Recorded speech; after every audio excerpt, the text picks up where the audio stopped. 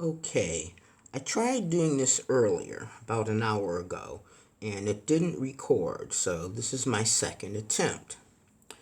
Today is the 4th of July, so to my family and friends stateside, happy 4th. The 4th is not a holiday that's celebrated in Scotland for obvious reasons. Although for many years I celebrated it anyway, being American born, but as long as a certain person's administration remains in power, I won't celebrate it. So, let's see.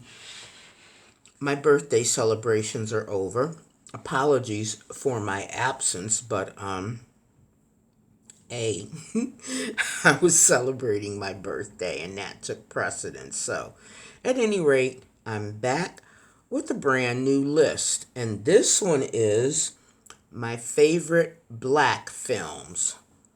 I say black because I've never liked the term African American. So, this will not be done in order of last favorite to first because there's 20 films on the list and I just can't make up my mind. So I'm doing it in alphabetical order. So in alphabetical order, 187, made in 1997, starring Samuel L. Jackson. I can't think of anybody who hasn't seen this movie. Samuel L. is a teacher who was working in New York when he was stabbed 9 times by a student unhappy with his grades. So he takes a year's hiatus, misses teaching, and relocates to California where he gets another teaching job. And things go the way they go. Boys in the Hood in 2016 with Cuba Gooding and O'Shea Jackson, better known as Ice Cube, Angela Bassett, and Lawrence Fishburne. This is one of those movies that makes me cry. And I don't know anybody who hasn't seen it. I'll tell you a funny story about this movie, though. I went to see this when it came out with a young friend of mine, a young Caucasian friend of mine. And she was appalled by it. She cried all through the movie. And she kept hugging me, going, I had no idea. I had no idea. And I'm like, honey, I didn't grow up like that, okay? Stop. But, it was kind of sweet. My next one. This is a daddy movie. One of those movies that I watched with my dad. Made in 1954 and starring the beautiful Dorothy Dandridge and Harry Belafonte and Eartha Kitt, Carmen Jones, based on the original opera, Carmen. Dorothy was just too hot. Her dresses, those flashing eyes, I love this movie.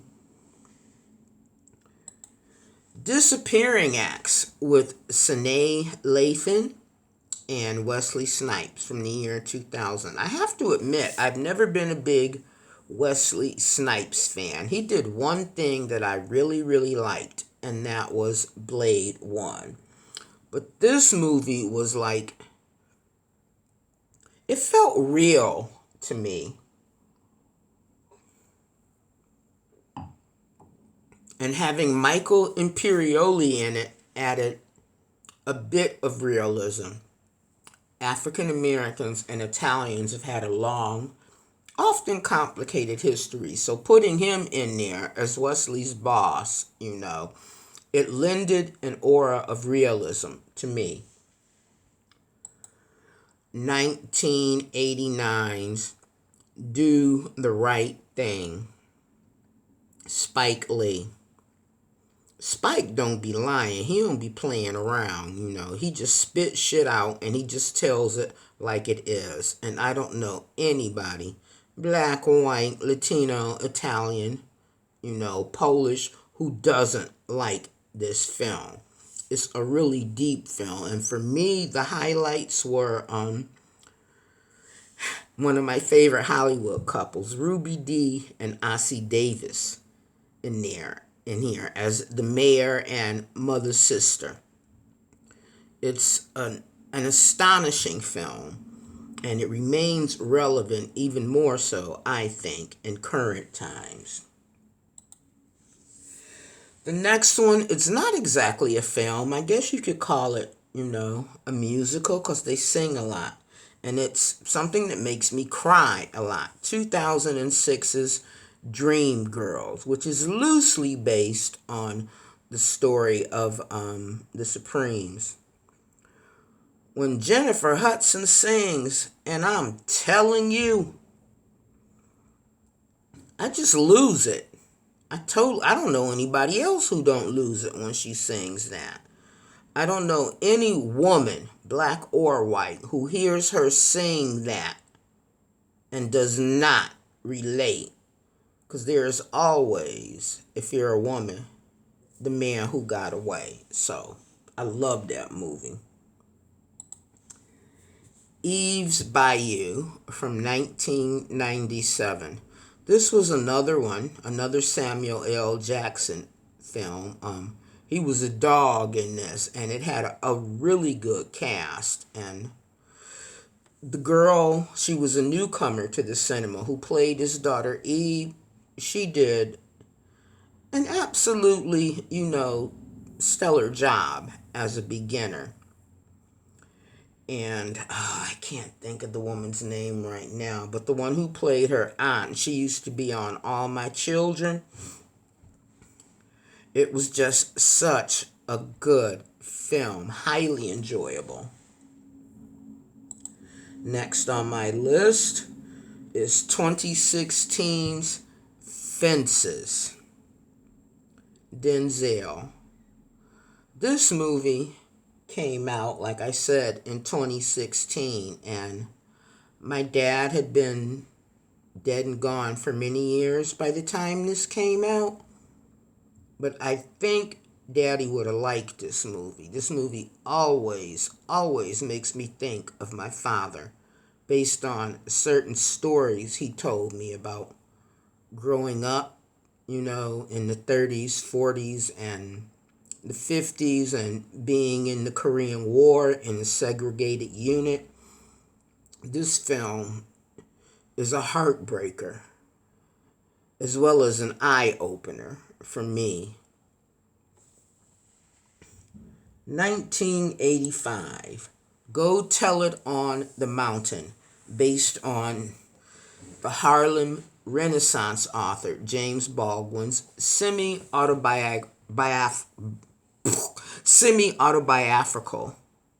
biographical, there we go, novel. This has a magnificent cast. There's Olivia Cole, Paul Winfield, CCH Pounder, Giancarlo Esposito, and this is the very first movie that Ving Rhames ever did. And it takes place it starts off in Depression era South, and it bounces back and forth. And it's basically the story of James Baldwin's growing up. His father, if you're familiar with the history, was a dyed-in-the-wool Baptist minister. And James Baldwin, as you may or may not know, was gay back in a time when it was you didn't do that. And actually, in a large part today, the black community, if you're gay, they don't want to hear about it. So this is a heartbreaking movie, but the acting is just so amazing, and the cinematography is quite good too. Hidden Figures, Next on the list from 2016. This movie hurts me. It's one of those films, and it comes out late. I mean, look at the date, 2016. Black people have contributed a great deal to the U.S., to the world in general, but their stories don't come out until late. So while this was a good film, it hurt me. It was just one more story that came out really late. And the bathroom scene just made me want to smash my TV. That she had to do that just to go to the toilet to go pee. It really pissed me off. Let's take it down a bit because you could tell I'm getting all emotional. 2000s Love and Basketball.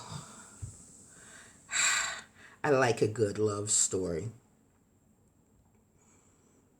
And this had a good cast, but the idea, the whole love story, they met when they were little kids and they grew up together and they tried it, and he was a dog, so she left, but neither one of them ever forgot about each other. And I get that, Love is complicated.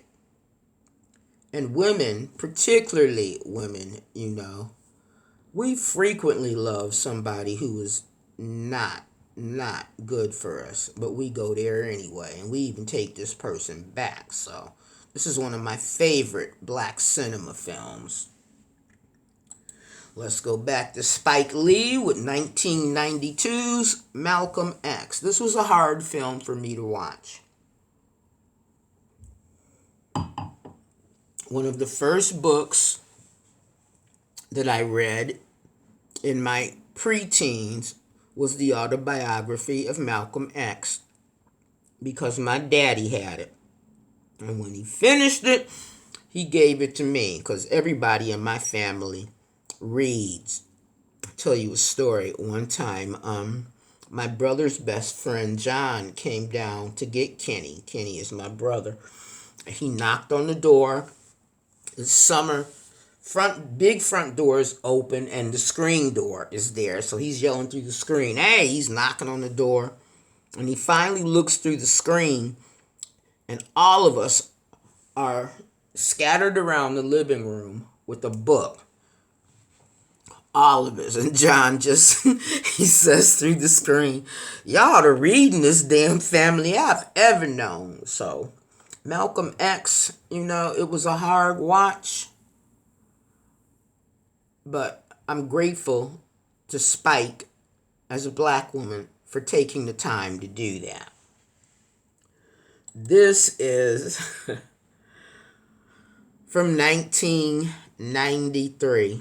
And if I had to rank something as number one, and it may seem weird, it would probably be this film.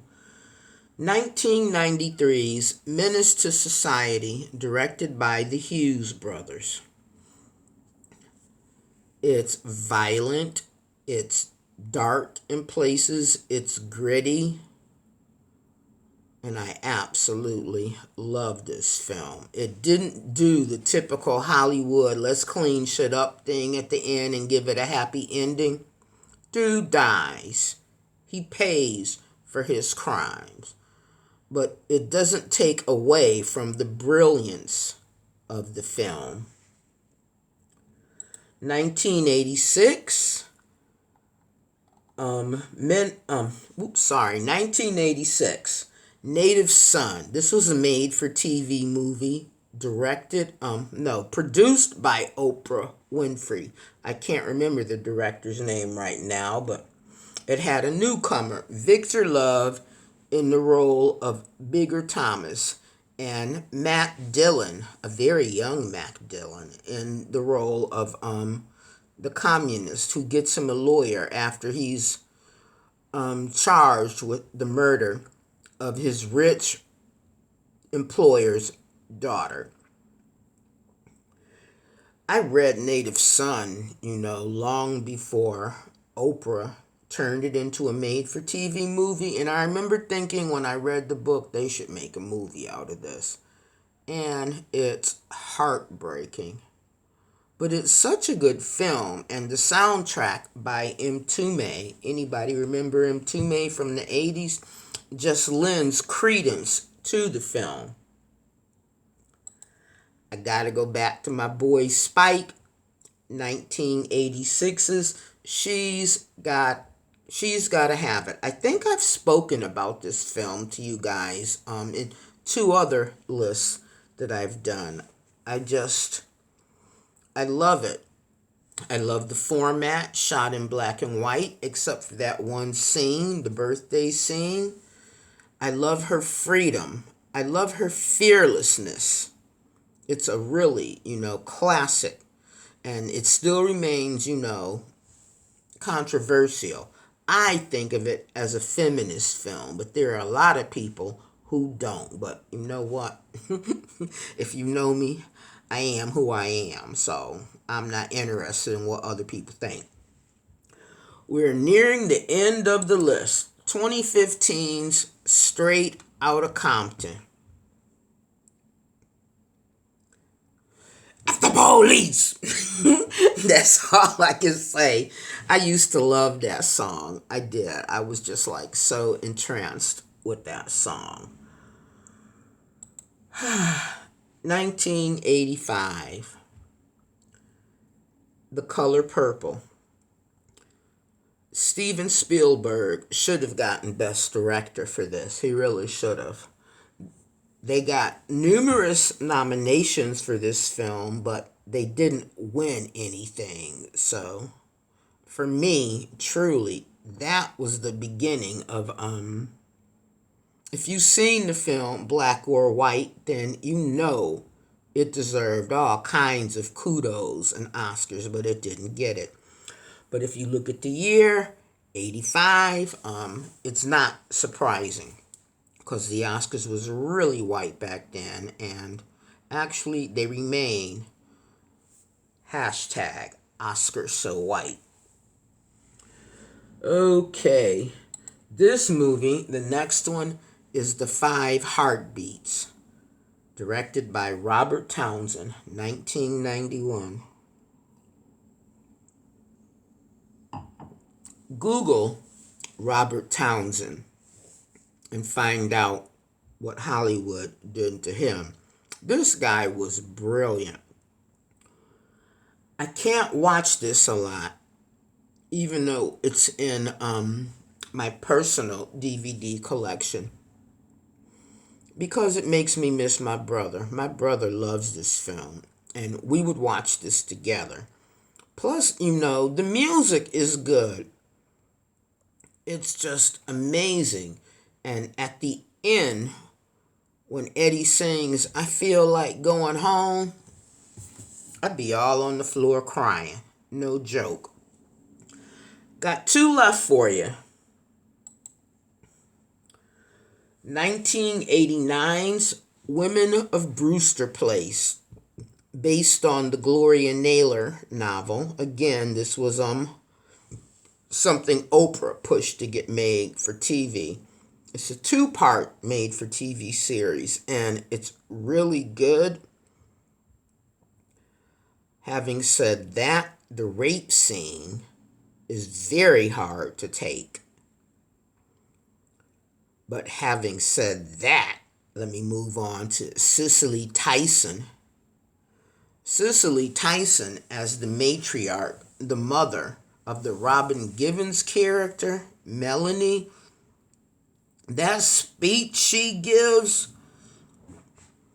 just slap my face, okay? Because she nailed it. She was like, whoa.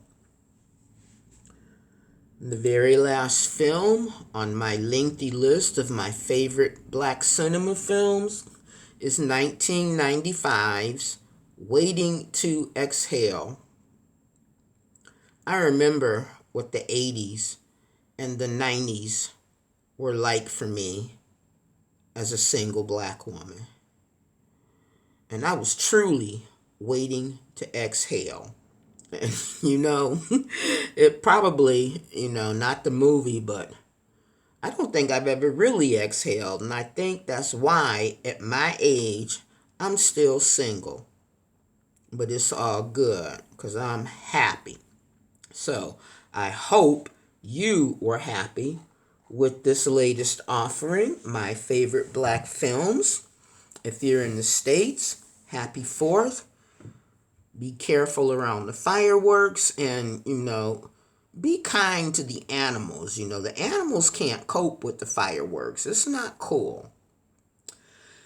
And that's it until the next time. Hopefully this one will come out because like I said earlier, I did a video earlier and it just didn't come out. So y'all take care and I'll see you the next time around.